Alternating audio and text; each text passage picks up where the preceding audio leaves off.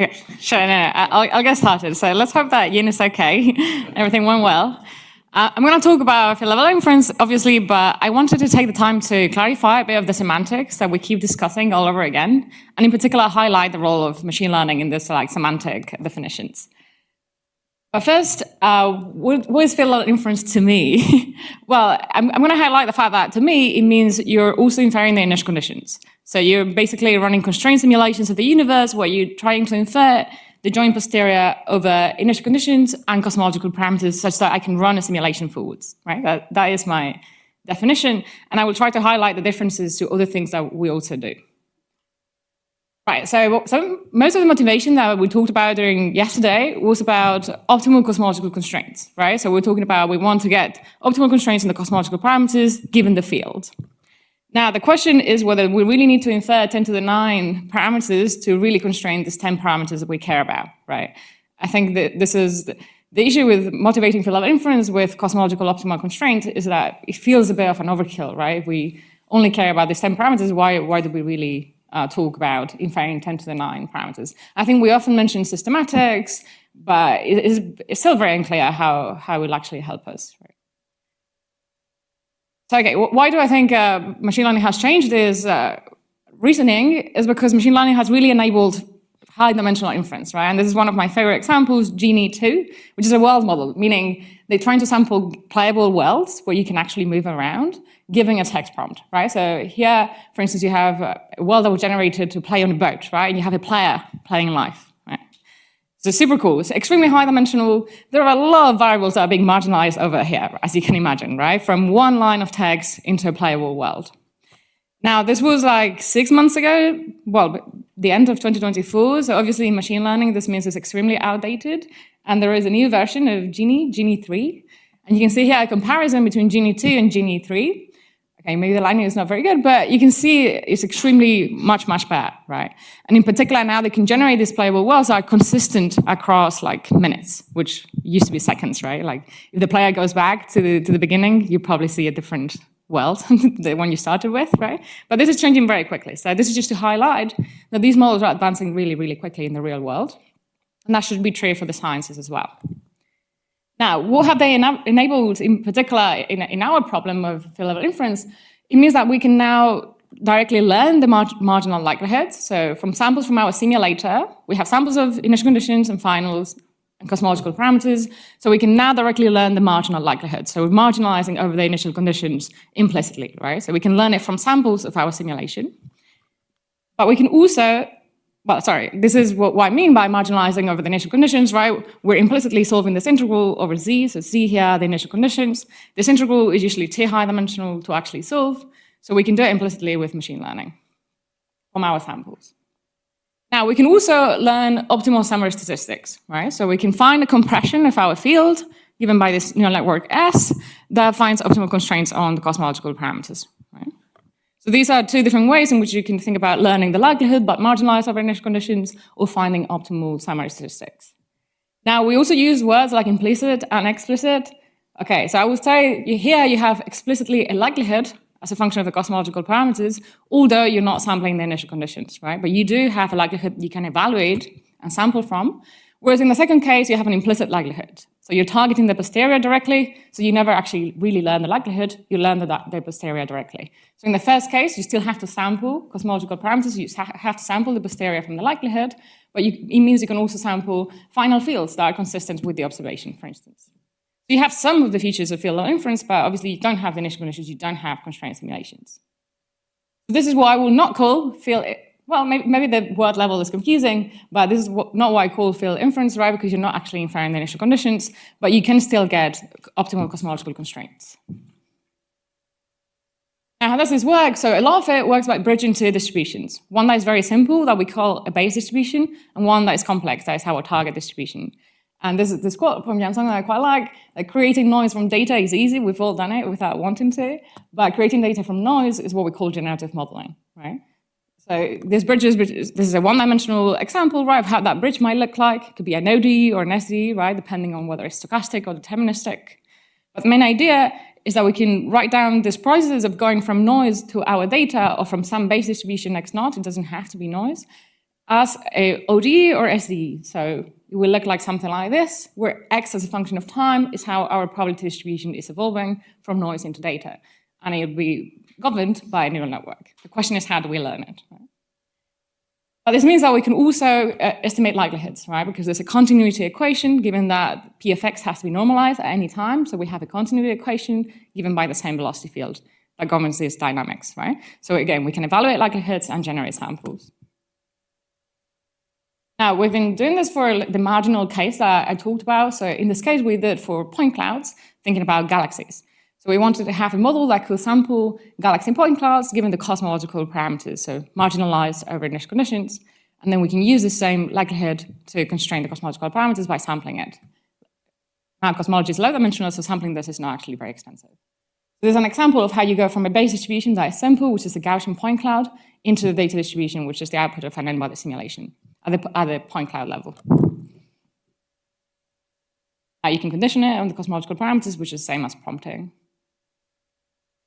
Now, the second option that I talked about is neurocompression, right, where we learn optimal summary statistics. Now, how do we do this? So we start from some high-dimensional observable and learn a compressor of it, right, some neural network F that compresses it to a lower-dimensional space. Now, S would be a sufficient statistic if my posterior over the, well, in this case, the cosmological parameters given X is the same as the one given by the summary statistic, right, if we really have all the information contained in the field. And we can actually achieve this by maximizing the mutual information. Now, in practice, there could be issues with training your model, capacity, number of simulations, etc. So it's not guaranteed that it'll actually be optimal in practice.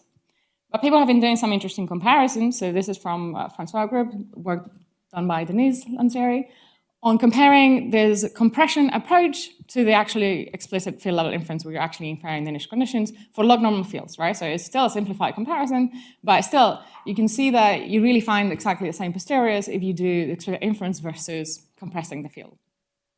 I think this points in the direction that if all we care about is optimal constraints and the cosmological parameters, there is no need to sample 10 to the 9 parameters. Now, thing I wanted to highlight is that sometimes learning the likelihood can be more robust than learning the posterior. And there's an example from a student I've been working with, Nayantara Mudur, where she compared this likelihood diffusion models or generative models. So she started from a generative model that can compute P of X even theta, where X is some projected density field, and theta is the cosmological parameters, to the compression approach, right, where you use a neural network to target the posterior directly. And you can see here the true sigmoid versus the predicted one. So they both perform very similarly, as you will expect. But if you just add a tiny bit of noise to your fields, so the power spectrum will not change, right? So this is a tiny amount of noise. You can see how the near posterior estimation approach has to become biased, right? Whereas the likelihood seems to be more stable. And if you keep adding noise, right, in the end they both get biased, but definitely the likelihood approach seems to be way more stable than the posterior. Right, so back to the question, is field level worth it?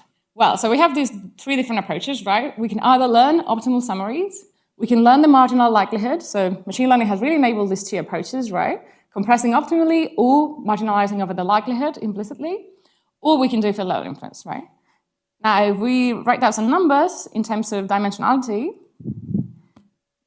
some of these are pretty high, right? So obviously, learning optimal summaries is a much simpler problem and much more tractable, right, computationally, because we're summarizing the information in about, let's say, 100 numbers or even less, and we want to constrain about 10-ish parameters, right? Whereas in the case where we're trying to infer the fields, because we really care about what's on the left-hand side, right? I think the right-hand side is not as important when you're conditioning, but what you're sampling, what's on the left-hand side, is definitely extremely important for tractability. Obviously, in field level inference, yeah, we're trying to sample about 10 to the 9. In practice, there are some concerns about whether these near posterior estimation approaches will actually be robust when applying it to real data. But of course, it's very low dimensional inference. And these 2 approaches are kind of amortized, right? I can evaluate the likelihood for any field. Now, I still have to sample it, but I only need to sample the cosmological parameters, so it's much, much cheaper than it is for the field level inference case. Whereas, yeah, the right-hand side is obviously very high dimensional and not necessarily amortized, although we'll talk about some approaches that are amortized. Now, some of the catches is that all these approaches they necessitate the same pixel level fidelity, right? So your simulations have to reproduce the survey at the same pixel level fidelity. So in terms of the work done to get to apply any of these to real data, it is actually the same type of work. So I think this ties together with what we were discussing yesterday, that we still need to do all of them, right? Because actually in terms of full modeling, it is the same problem. Now the question is, what is the number of simulations that you would actually need to run, of very high fidelity simulations, to get any of these approaches to work kind of close to optimally? And that's still an open question, I would say. Now, in my opinion, why is still field level inference interesting, right? If I don't think it's that interesting for obtaining optimal constraints and cosmological parameters, what is it that we can do with it? Well, first of all, it's obviously interesting to reconstruct all latent variables, right, that we can't directly observe, dark matter density fields, velocities, that we can use to test our forward model in the first place, right, by comparing it to other measurements. And it could help us understand what's happening with the early physics of inflation in a model-independent way. But yeah, I want to highlight that I think that the most interesting aspect is this predictive cross-validation. So yesterday, David was talking about how you can use the power spectrum, byte spectrum, and different summer statistics to test each other, right? You fit one, check what happens to the other. So this is taken to the extreme at field level inference, right? Where you're trying to fit an observable, like could be galaxy clustering, and you're trying to predict some cross-correlation with a different observable without cosmic variance, right? So it's taking that to extremes. It could be a really interesting validation of the forward models themselves. And another interesting direction that people are exploring is whether it could help us really develop subgrid models in a more data-driven way, right? By using information at the field level from variance as well. So maybe not so interesting for cosmological constraints, but there's a lot of other things that would be extremely interesting to do with field level inference that I think we need to start thinking more seriously about. Now, in terms of amortizing field level inference, so the work we've done in the past with Adrian that he introduced very quickly is learning this joint distribution of initial conditions and cosmological parameters from the final observed field with these generative models. In particular, generative models that don't start from noise, but start from a distribution that's already very close, like here, the final observations. And this is an example where we were using particle mesh so that we could compare the posteriors with the HMC posteriors relatively easily. And here you have an example of true initial conditions and final observation. And this is what the model samples. So here you have the reconstructed initial conditions and what happens after we run the forward model on those. On the right-hand side, you have the posterior of the cosmological parameters. I think it's a bit small there. But basically, you can see that the Hamiltonian Monte Carlo and this generative model posterior, we agree really, really well. Now, if you look at the samples, in particular, if you look at the finals, I think for anyone that's done this many times, it would look a bit weird, right? And there's a lot of dancing around, right? So you can see that some of these like high-density peaks, like this one here, is actually moving around by 1 or 2 pixels, right? Now, if you were sampling an HMC, that will never happen because those are really set by the likelihood, right? So those are regions of really high likelihood. So the model is making small mistakes on the initial conditions that propagate into the finals and make them move in that interesting way, right? So I think what we need to think about is how are we going to do this in a way that is more robust, right? So the model that is sampling the initial conditions is more aware of what happens once you run the forward model, right? So it's more aware of the forward model, but it's still unclear how to solve this in practice. Okay, I completely overestimated the amount of time, so I'm gonna skip. Well, okay, let me talk about this one last thing.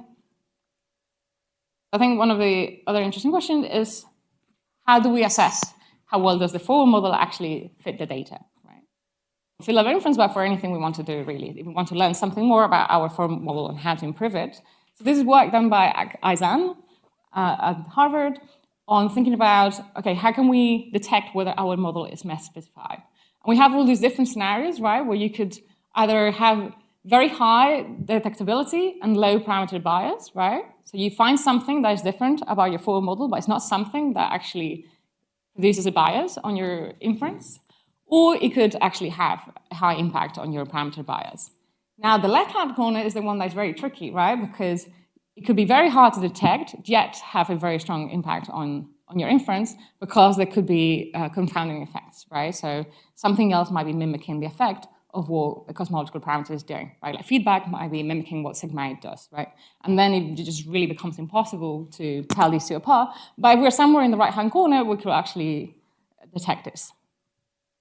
In particular, she's been looking at doing this in a mock example where you have a base forward model, which in this case is electricity in G, and projected total matter fields, and you have two auto-distributed models coming from different hydrosystems that have slight deviations in terms of what happens to total matter, and using the evidence learned with the machine learning model to distinguish the two.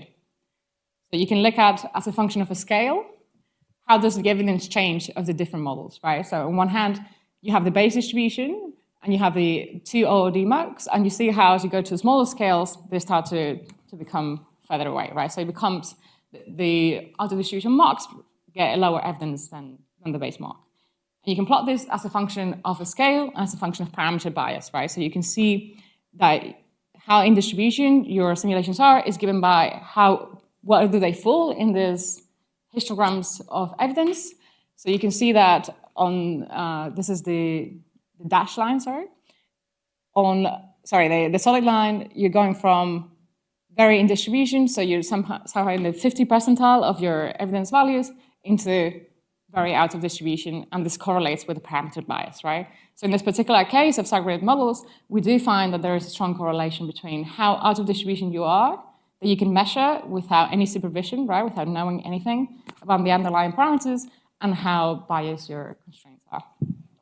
And I'm gonna finish here because I'm running out of time. But yeah, we were asked to also give a more broad overview of how we view the field. So I think we all agree that we need to develop better validation metrics, right? And I think this way of thinking about evidences might help. We need to get better at assessing the robustness in out-of-distribution scenarios, right? And I think examples from beyond TPT challenge are great, and we should keep moving in that direction. And finally, I think we really need to develop more open source ecosystems where we can plug and play different aspects of the forward model, right? This is too big of an endeavor for one single group to actually tackle, I would say. And it'd be great if we could all start thinking more about this. How do we make it more plug and play? Just one last thing, I'll be joining NYU next year. So if you know of any PhD students or postdocs that would like to work at the intersection of Astro and AI, please send me an email.